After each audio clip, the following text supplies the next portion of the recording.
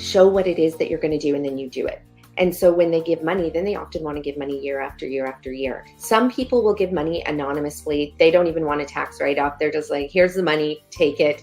And other people, they want extensive reports. They want the tax receipt. And so that's the beauty of having the for-profit and the nonprofit, is that you'll have individuals who will give to either or both.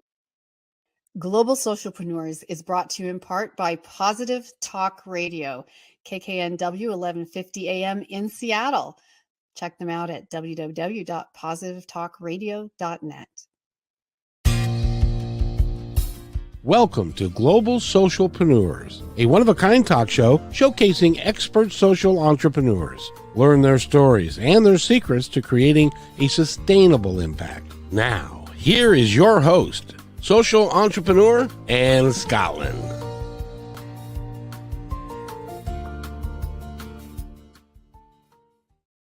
Welcome, welcome. I'm so glad to have all our viewers and listeners here today on Global Socialpreneurs. We're continuing our conversation with amazing guests about social entrepreneurship. And the purpose of this show is really to help people who aren't familiar with the concept, which is a lot of people, understand how their personal enterprises and entrepreneurships can be social entrepreneurships or social enterprises without a lot of difficulty, and all the pros to that. And when our guest today is going to give us some incredible examples of that, I absolutely can't wait. Before we begin, on whatever platform you're watching, if you would go ahead and give us a thumbs up or subscribe on the YouTube channel, would super help us and appreciate it. And if you know someone else who loves this kind of information, please share it, as well as any other guests you think who might be amazing on the show. So today's guest, I'm so excited to have met her, just met her recently, and she is a phenomenal human being. I love her energy and her spirit, and the work she's doing is really mind-blowing. She's from British Columbia, Canada, and this is Dr. Nicolette Richer, and she leads the Richer Health, which is a pioneering force in social entrepreneurship. Amazing. It's really a group of companies committed to giving back and transforming lives. And through their outreach programs, Richer Health empowers diverse communities, including youth, including low-income individuals, veterans, single moms, people with disabilities, BIPOC communities. Really, wow. By imparting invaluable knowledge, by reversing chronic disease using food as medicine. And Nicolette's mission, she says, really extends beyond profit. It's about catalyzing positive change and ensuring equitable access to life-changing health education for those who need it. And she is a for-profit social entrepreneur. So please help me welcome Nicolette. Hello, welcome. Thanks for having me here today. So excited to have you here on the show, Nicolette, and just thrilled to get to experience some of what you've been doing and share with others what's available with your resources and what you've created. So first of all, you're a social entrepreneur. Yes, I am. Yeah, always have been, always will be. Amazing. Well, and that leads me to my next question, which is, what first got you interested or aware about social entrepreneurship as opposed to nonprofits? And could you share a little bit about that? Yeah, so I originally completed a program at our local university, a postgrad program called Building Sustainable Communities.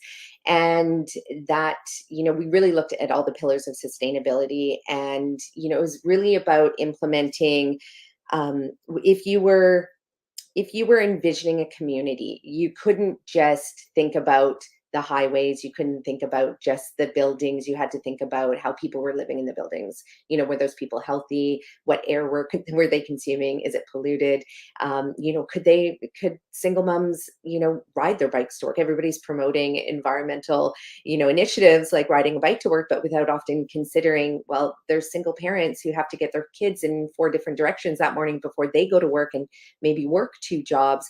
And so it really made us all think very, very differently about how you design communities. You have to consider all the pillars of sustainability, and so that's where it really all started for me. And so I knew that I could never work in a business that didn't also have those values as well, where you have to consider the economic. The economic pillars, the environmental pillars, the social pillars, and as well the mental, emotional, physical, and spiritual health of the individuals living in those communities. And that's where I got started. And of course, I was sitting on many boards for different nonprofits and charities. So I was working on that side as well as running my own businesses. And there was really that struggle that I saw for nonprofits and charities to always try and find funding, and they're really at the mercy of government, whether the funding is available, or the economy, whether other for-profits could give them money. And then I was exposed to one charity in particular, Potluck Cafe Society, that they were like, no, we're not going to do it that way. They were going to be a for-profit with a nonprofit arm. And so that way they didn't have to be at the mercy of others to be able to be successful and serve their community at the same time. I love that. And we're going to talk even more about that a little later, about how for-profits and nonprofits can work under one umbrella and create a greater impact all the way around, which is really exciting. So I just want our viewers to know I'm going to ask you about your flagship program, but also this woman has a lot of things she's involved in that you're going to be really interested in. So you're going to want to hear about all of them. So tell us about your primary focus right now as a social entrepreneur. Right. So we are training individuals on how to learn the science and the art of reversing chronic disease. So we train health professionals, physicians, dietitians, naturopaths, and stay-at-home moms, and veterans who healed themselves through our program. So we train them to be able to run their own business, teaching other people how to reverse their chronic diseases. So we're living in a world where it's actually, the CDC has announced that it's official. We are in an epidemic of chronic disease, diabetes, heart disease, mental health disorders, autoimmune disorders. And what that means is, as a global society, we are not functioning really at our truest potential, because we are attending doctor's appointments, paying thousands of dollars a month for medications for reversible chronic diseases. They're actually really easy to reverse. You can reverse diabetes in 7 days, have blood sugar levels back to normal. Meanwhile, people are struggling with these diseases, and we don't have enough individuals who have the knowledge that these chronic diseases are reversible. We have not been taught that by our physicians. We've not been taught that by a lot of nutritionists even, that don't know how to reverse chronic diseases. So we teach individuals how to build their own small business, teaching other people how to reverse diseases. Now, wow. So what does that look like? You're building a small business to help other people reverse. So you're teaching, which is similar, because I'm a social entrepreneur that teaches social entrepreneurs and coaches other business people as well. So that's just really interesting, because I love the continuing snowball effect there. Exactly. So I'll give you a prime example. So we have one individual who is a client. So he couldn't leave his bedroom as a young 22-year-old. He was an entrepreneur running a business, quite a successful business actually. But he developed, he suffered originally from depression, moved into anxiety, panic attack disorder, couldn't leave his bedroom for an entire year. 1 year, couldn't go outside. And his brother found us. His brother then enrolled him in our program to learn how to reverse his mental health conditions. So immediately reversed his mental health conditions. So when he was able to leave his bedroom, he did all of this through metabolic nutrition and detoxification. So once he understood the power of food to reverse chronic diseases, well, he then wanted to teach others. So then he signed up for our nutrition and detox coaching program to become a coach. So then he graduated, and then now he runs a beautiful, thriving, successful business, multiple businesses, in fact. One's called Mental Millennials. He has a podcast where he teaches men primarily, but all genders in their 20s, how to reverse their mental health conditions so they can then go on and start and launch their own businesses. And now he has a beautiful wellness center on, I think it's hundreds of acres of land in British Columbia, that it's a wellness center working with Indigenous communities as well, and elders. They work together to be able to teach this to their broader communities as well. So that's an example of taking somebody who's essentially on disability and moving them through so that they are a thriving, contributing member of society, helping others. Wow. Wow. That is really incredible. So, so let's just talk for a minute about, while we're still talking about Richer Health, which is, reversing chronic disease, is offering education, school programs, and educating other people to educate, which is the real beauty that gets me excited about social entrepreneurship, because it is so much more of an intense education model in some ways, because it offers a for-profit result. So this young man is also able to make a living off of what he's doing and helping, hundreds of people as well. So, so tell us just a little bit more about how you finance and what's your business. What does your business plan look like for Richer Health? Right. So we are a for-profit model for Richer Health, but we are also an enterprising nonprofit. So we have a charity on the side. So there are individuals who come to us that they're on, a really fixed budget. They cannot afford to take educational programs like the rest of us who are quite privileged can do. And so for them, they're on disability, they have chronic health conditions, they haven't been working for years and years, so they're not going to be able to pay for a 6-month training program like the one we offer through our for-profit. So our charity is able to fundraise, often through organizations that have graduated from our program, and then they give back to the charity, which is nice, but also huge organizations like Lululemon, Sage Natural Wellness. We have, oh my gosh, I'm trying to think of all of the sponsors. We have dozens of sponsors that contribute to our charity. They get a tax write-off, and then we're able to offset the price for our students that cannot afford our programs. So that way everybody wins. As the people who can pay, the people who cannot afford to pay, they don't have, we can offer them a, substantial discount, scholarship. We offer that to, Black, Indigenous people of color that experience these chronic diseases at 4 to 8 times higher rates. So they'll never be able to close the health and equity gap that's existing right now unless they are able to take programs like ours at a discounted rate. And so Yes. and as well, we extend the timelines that they have to complete, because obviously if you're working with a single mom with 3 kids, who's just come out of an abusive relationship, she needs time to heal, but she also needs somebody who can, love her up and give her the time that she needs to be able to get through a program. And a lot of programs out there that are created by organizations that don't understand social entrepreneurship, they'll be like, no, you're in and out in 6 months, or you're in and out in 3 months. The program's cut off. You don't have access. We don't do that. We provide lifelong coaching to our clients. Wow. So it's kind of a whole well-being approach, and not just, as you said, just like letting people go, okay, you learned this skill, goodbye, good luck, but actually sticking around longer. And let me ask you a little bit more about your sponsors. So how did you go about, because this is one of the big questions we also often get, of course, for the show and around social entrepreneurship. How did you go about securing those sponsors? And are they sponsoring the for-profit or the nonprofit? Yeah, so we have companies that sponsor both. And for example, one of the things that everybody needs to be aware of, if you're going to go out there and ask people for money, understand that corporations' values. A lot of people don't take the time to do that. They just see a company that's making millions or billions and they're like, give me money, as though that they deserve it. No, you need to do the work. You need to see how your products, your services align with that company's. And you need to spell that out for them. You need to do the work. And then you also want to get to know the people in that organization that you're asking, who you're asking money from. And so when you do that, you get to see what their values are. You have a conversation. It's not fundraising, it's friend raising, a term that was introduced to me by a beautiful woman in California who does a lot of friend raising. And then from there, you really show what it is that you're going to do, and then you do it. And so when they give money, then they often want to give money year after year after year. So for example, Lululemon, they brought me on as an ambassador. They sponsor this program. Their goal is to help, a lot of what they do is all about equity and diversity and inclusion. And so, if I'm coming to them and that's not part of the values of my corporation, don't ask them for money, but they immediately saw that alignment. And so they give money.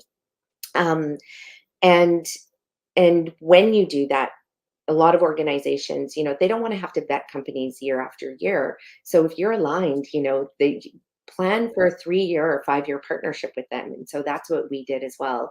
And it's been a beautiful relationship. And I know you Wow. asked me a second part to that question. So remind me of what that was. Yeah, no problem. No problem. Yes. So thank you. And I usually try not to ask 2-part questions, but yeah, very good answer on that. Very clear. Thank you. And then the second question was, how are particularly the larger sponsors, but any sponsors, are they sponsoring you through the for-profit or the nonprofit? Because Right. I know that both happens, and kind of helping people understand the difference and how to approach a company. And that's a question you need to ask the company when you go and meet with them. Some people will give money anonymously. They don't even want a tax write-off. They're just like, here's the money, take it.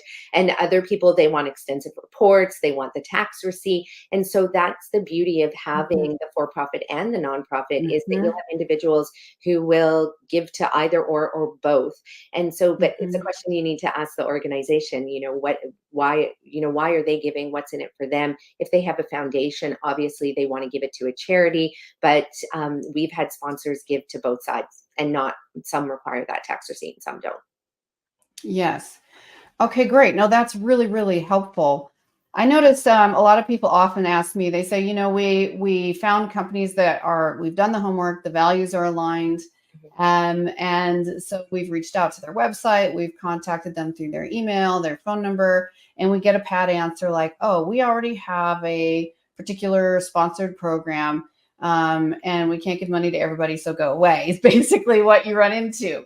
Yeah. So my guess is that it's the creating the friendships that you were also discussing, but a lot of people get discouraged right off the bat because it looks like the doors are closed. What would you say to them? The door is never closed. So they have money to give away. Okay. Your sponsors have money and they want to give it away. And if you're not able to get it, it's because you haven't been able to show that clear alignment. You haven't taken the time to develop those relationships. Everything is about relationship building. And that is the number one thing that everybody needs to know. We live in a world where, nepotism is real, and it's not a negative thing, because we are in a chaotic society of so much information. Everybody's got a social media account, but it doesn't mean anything, right? What somebody posts online might not actually equate to what's happening behind the scenes in that organization or that individual's lives. And so it's up to you to be able to form that relationship beyond just, look at my social media, I have lots of followers, and, get to know the individual on the other side.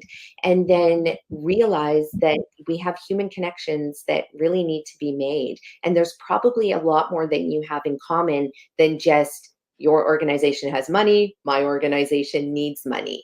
And also you have to go into it with, holding true to your heart.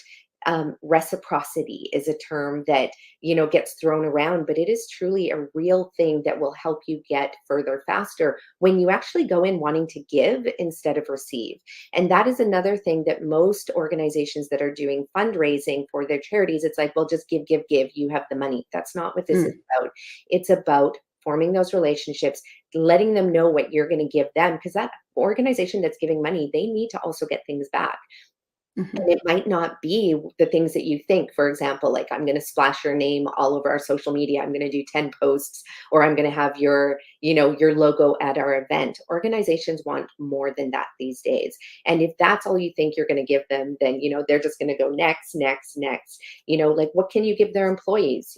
How do you want to see their organization grow as a result of what you're doing with your organization, your charity? So it's important to really move into every relationship, wanting to give more than you want to get back. And when you do that, people will see that you are, you're ethical, you're values driven, you're authentic, you're sincere. And that's where we've seen the money flow. Amazing. And one follow-up question on that, which was, you gave an example of, like, what do their employees need as far as, finding ways to give back to the company. Can you come up with any other examples off the top that are other ways you found to give back to the companies?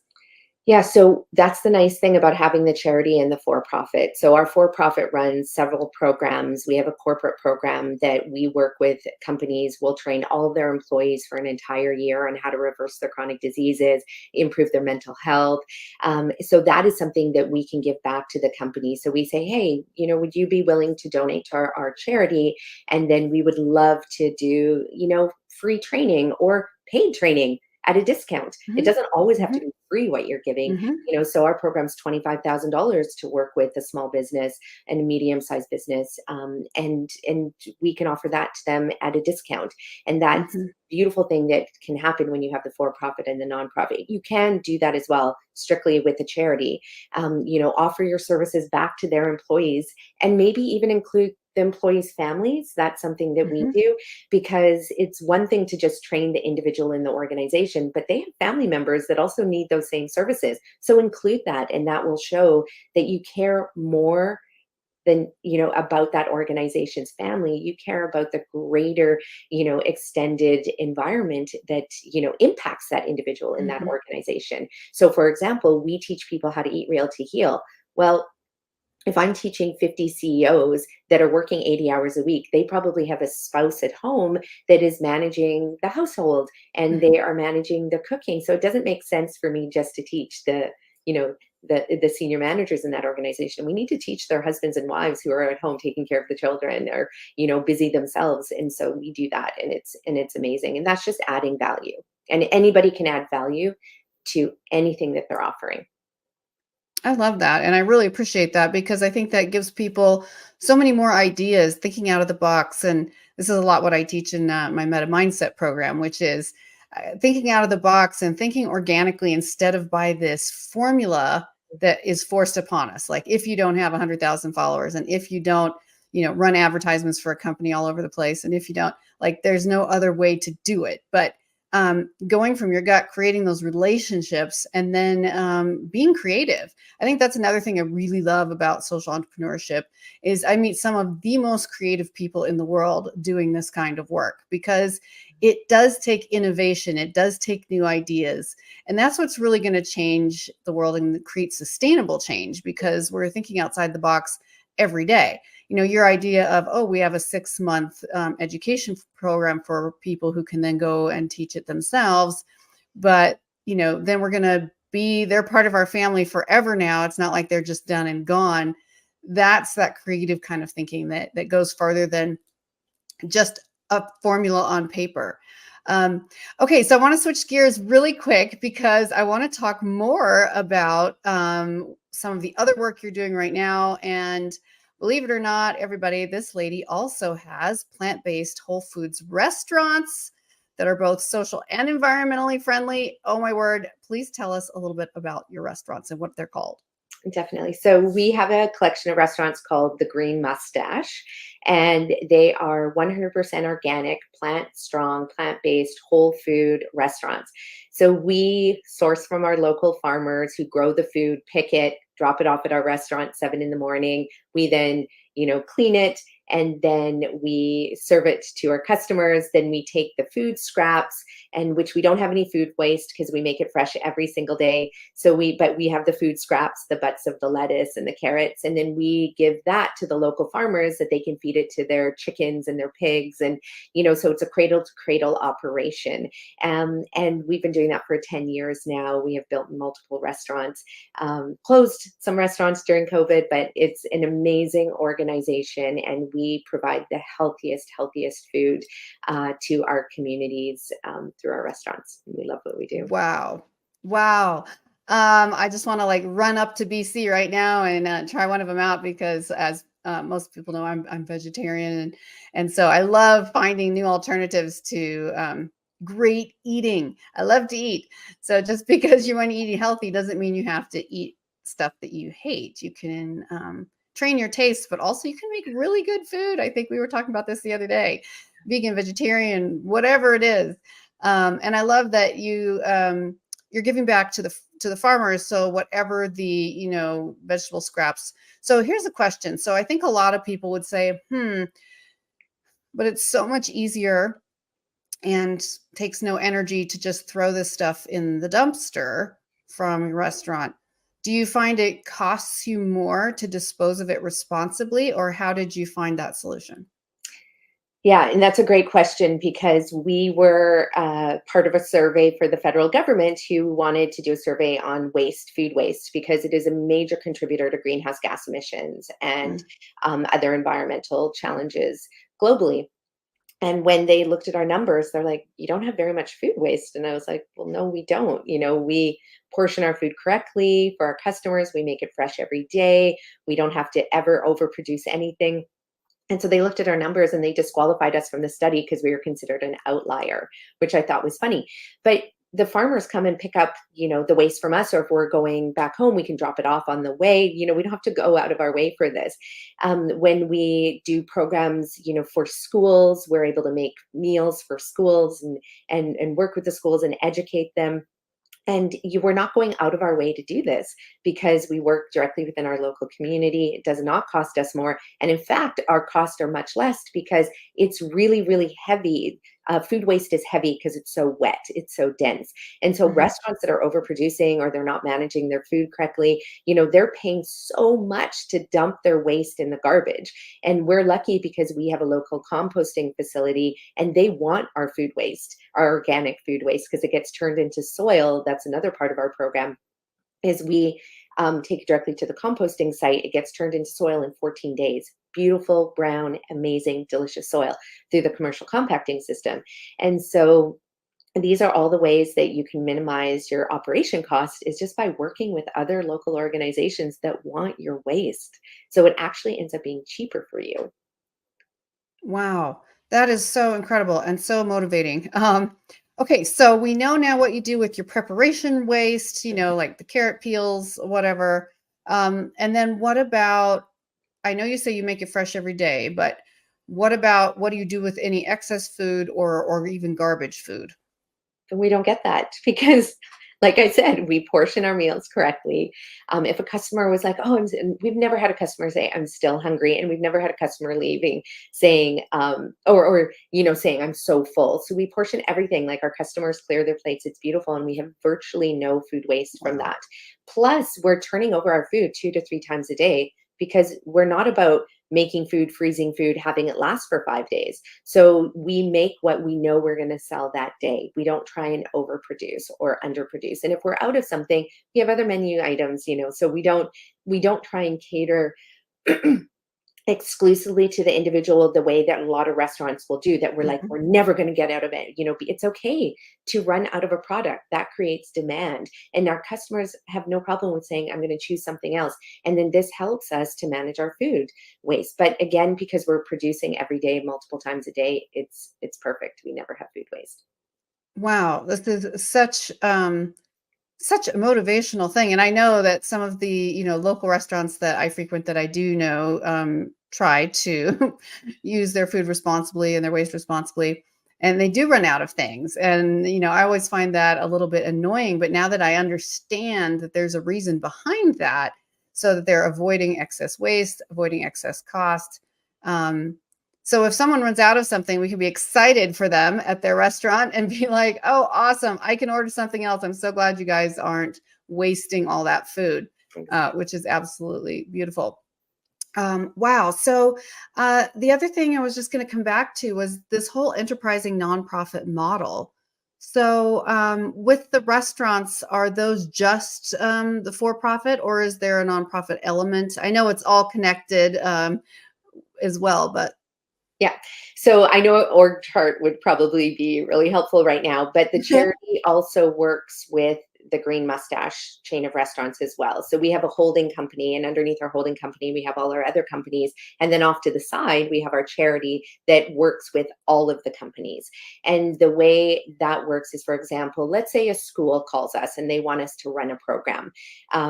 We can design a program where we bring in beautiful, fresh food, teach the students how to chop food, cook the food, turn it into smoothies, dips, salad dressings, and how to use whole foods so that they can reverse chronic diseases. So they're getting the science education, they're getting the hands-on education with being able to do food prep, they're getting to eat the food afterwards. And a lot of schools can't pay a lot of money to any organization to come in. Maybe you're making like $250, and but by having the charity, we can offset some of those costs so that we can pay people well to go out there and do the education, pay myself well to go in and do that. We can get the food costs wholesale because they're coming through the restaurants. So the charity and the restaurants work together. We often get hired to go into hospitals and teach physicians and nurses and the dietitians in the hospitals all about reversing chronic disease. Now, a lot of the times they don't have the budget to do that. So we can have the charity offset some of the costs that way, or they can donate to the charity and then we'll come do it that way. And then whatever got donated to the charity, we can use that as a scholarship for a nutrition and detox program for, let's say, a local BIPOC member. And so everything works together that way. So that we don't have one organization that is in a deficit as the result of wanting to serve other individuals and organizations who may not be able to afford our services. Wow, that's so incredible. I just love it. So two things. So first of all, tell us so you're on this show, you're on your local stage, but you're also on the global stage. Mm-hmm. So how can people participate in what you're doing? In particular, how can they be part of your education program or learn how to educate others around the reversing chronic diseases? Right. So we have two main programs. One is our Eat Real to Heal program. And that is if you have a chronic disease or mental health condition where you're currently taking medications or need to be put on medications, you're maybe facing surgery, you're probably not working as a result of your chronic disease. It's important that you just do the work, reverse that chronic disease, because you've got this whole amazing life to live. You have so much energy within you that just needs to be created through the food, and then you can go out there, achieve anything you want.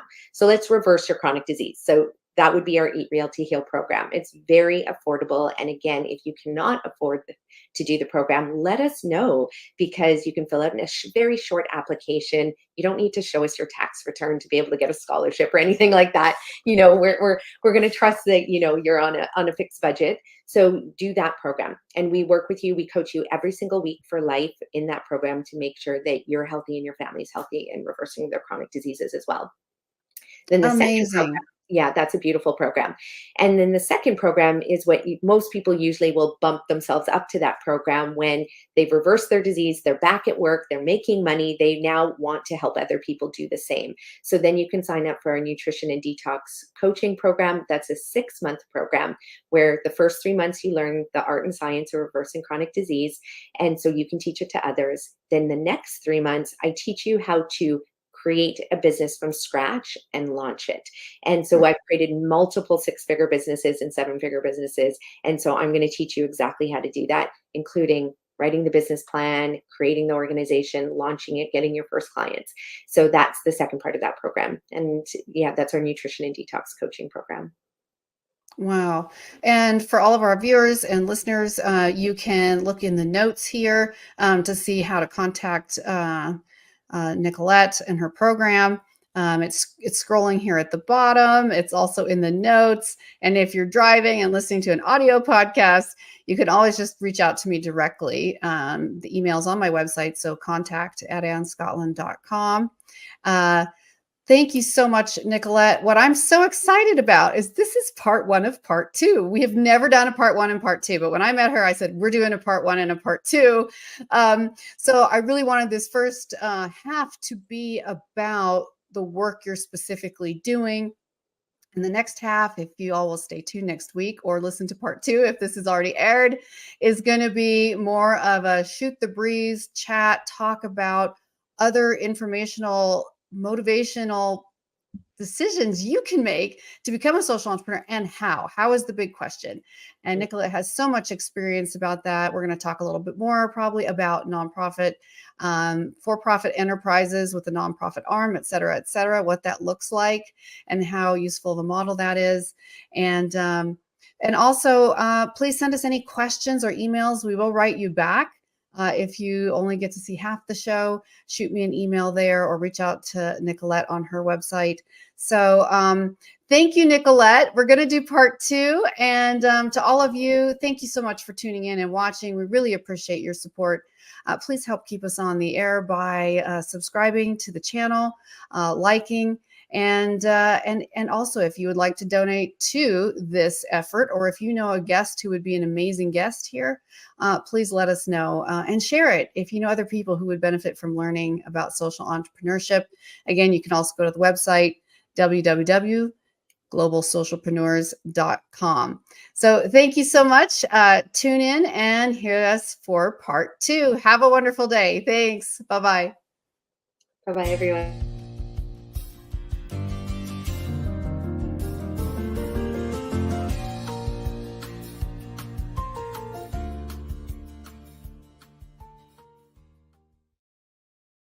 Hi, I'm Ann SCOTTLIN. Are you one of those people who always wants to aim higher? Would you like to increase your profits and your personal fulfillment at the same time? And wouldn't you love to make a greater impact in your business and your life? If your answer is yes to any of those, find out more and send me a message at annscottlin.com/special. I would love to work with you.